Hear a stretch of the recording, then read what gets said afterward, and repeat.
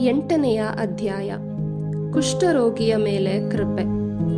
ಯೇಸುಸ್ವಾಮಿ ಬೆಟ್ಟದಿಂದ ಇಳಿದು ಬಂದಾಗ ಜನರು ಗುಂಪು ಗುಂಪಾಗಿ ಅವರನ್ನು ಹಿಂಬಾಲಿಸಿದರು.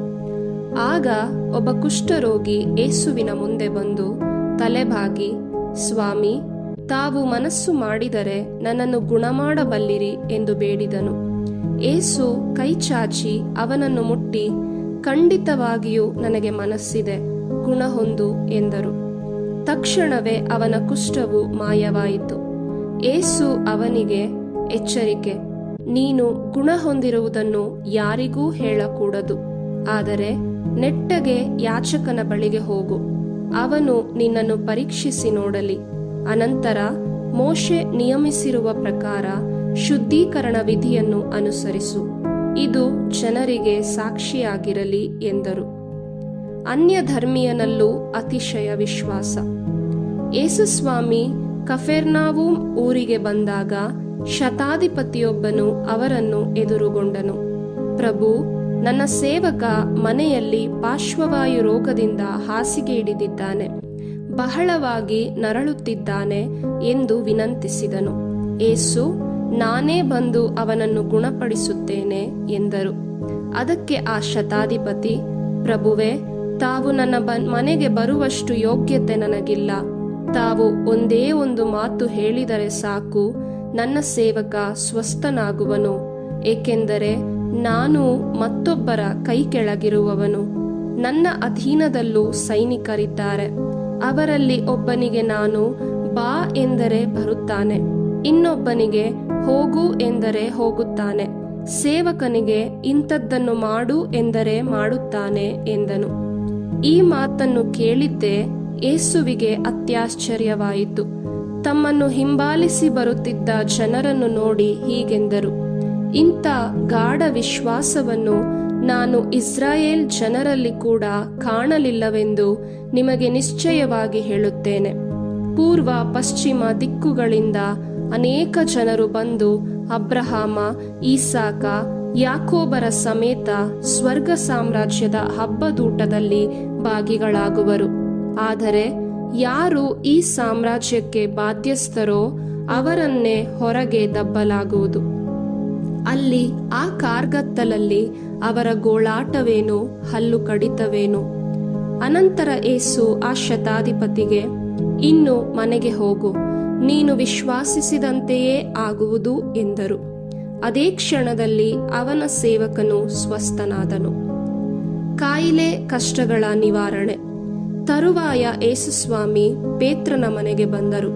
ಅಲ್ಲಿ ಪೇತ್ರನ ಅತ್ತೆ ಜ್ವರದಿಂದ ಮಲಗಿರುವುದನ್ನು ಕಂಡರು. ಯೇಸು ಆಕೆಯ ಕೈ ಮುಟ್ಟಿದುದೇ ಜ್ವರ ಬಿಟ್ಟು ಹೋಯಿತು. ಆಕೆ ಎದ್ದು ಅವರನ್ನು ಸತ್ಕರಿಸಿದಳು. ಸಂಜೆಯಾಯಿತು. ದೆವ್ವ ಹಿಡಿದ ಅನೇಕರನ್ನು ಯೇಸುವಿನ ಬಳಿಗೆ ಕರೆತರಲಾಯಿತು. ಯೇಸು ತಮ್ಮ ಒಂದು ಮಾತಿನಿಂದಲೇ ದೆವ್ವಗಳನ್ನು ಬಿಡಿಸಿದರು. ಮಾತ್ರವಲ್ಲ, ರೋಗಪೀಡಿತರೆಲ್ಲರನ್ನು ಗುಣಪಡಿಸಿದರು.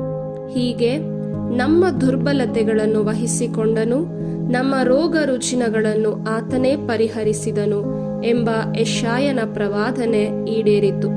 ಶಿಷ್ಯರಲ್ಲಿರಬೇಕಾದ ವೈರಾಗ್ಯ. ದೊಡ್ಡ ಜನಸಮೂಹ ತಮ್ಮ ಸುತ್ತಲೂ ನಿಂತಿರುವುದನ್ನು ಯೇಸುಸ್ವಾಮಿ ನೋಡಿದರು. ಸರೋವರದ ಆಚೆಯ ದಡಕ್ಕೆ ಹೋಗಲು ತಮ್ಮ ಶಿಷ್ಯರಿಗೆ ಅಪ್ಪಣೆ ಮಾಡಿದರು. ಆಗ ಒಬ್ಬ ಧರ್ಮಶಾಸ್ತ್ರಿ ಬಂದು, ಗುರುವೇ, ನೀವು ಎಲ್ಲಿಗೆ ಹೋದರೂ ನಿಮ್ಮನ್ನು ಹಿಂಬಾಲಿಸಿ ಬರುತ್ತೇನೆ ಎಂದನು. ಅದಕ್ಕೆ ಯೇಸು, ನರಿಗಳಿಗೆ ಗುಹೆಗಳುಂಟು, ಆಕಾಶದ ಪಕ್ಷಿಗಳಿಗೆ ಗೂಡುಗಳುಂಟು, ಆದರೆ ನರಪುತ್ರನಿಗೆ ತಲೆಯಿಟ್ಟು ಮಲಗಲು ಸ್ಥಳ ಇಲ್ಲ ಎಂದರು. ಶಿಷ್ಯರಲ್ಲಿ ಮತ್ತೊಬ್ಬನು ಮುಂದೆ ಬಂದು, ಸ್ವಾಮಿ, ಮೊದಲು ನನ್ನ ತಂದೆಯ ಉತ್ತರ ಕ್ರಿಯೆಗಳನ್ನು ಮುಗಿಸಲು ಸಮಯ ಕೊಡಿ ಎಂದು ಕೇಳಿದನು. ಅವನಿಗೆ ಯೇಸು, ಸತ್ತವರೇ ತಮ್ಮ ಸತ್ತವರನ್ನು ಸಮಾಧಿ ಮಾಡಿಕೊಳ್ಳಲಿ, ನೀನು ನನ್ನನ್ನು ಹಿಂಬಾಲಿಸು ಎಂದರು. ಯೇಸು ಕಡಲಿಗೂ ಒಡೆಯ. ಆಮೇಲೆ ಯೇಸುಸ್ವಾಮಿ ದೋಣಿಯನ್ನು ಹತ್ತಿದರು. ಶಿಷ್ಯರು ಹತ್ತಿ ಅವರ ಸಂಗಡ ಹೋದರು. ಇದ್ದಕ್ಕಿದ್ದ ಹಾಗೆ ಸರೋವರದಲ್ಲಿ ರಭಸವಾದ ಬಿರುಗಾಳಿ ಎದ್ದಿತು. ದೋಣಿ ಅಲೆಗಳಿಂದ ಮುಳುಗಿ ಹೋಗುವುದರಲ್ಲಿತ್ತು. ಯೇಸುವಾದರೋ ನಿದ್ರಾವಶರಾಗಿದ್ದರು.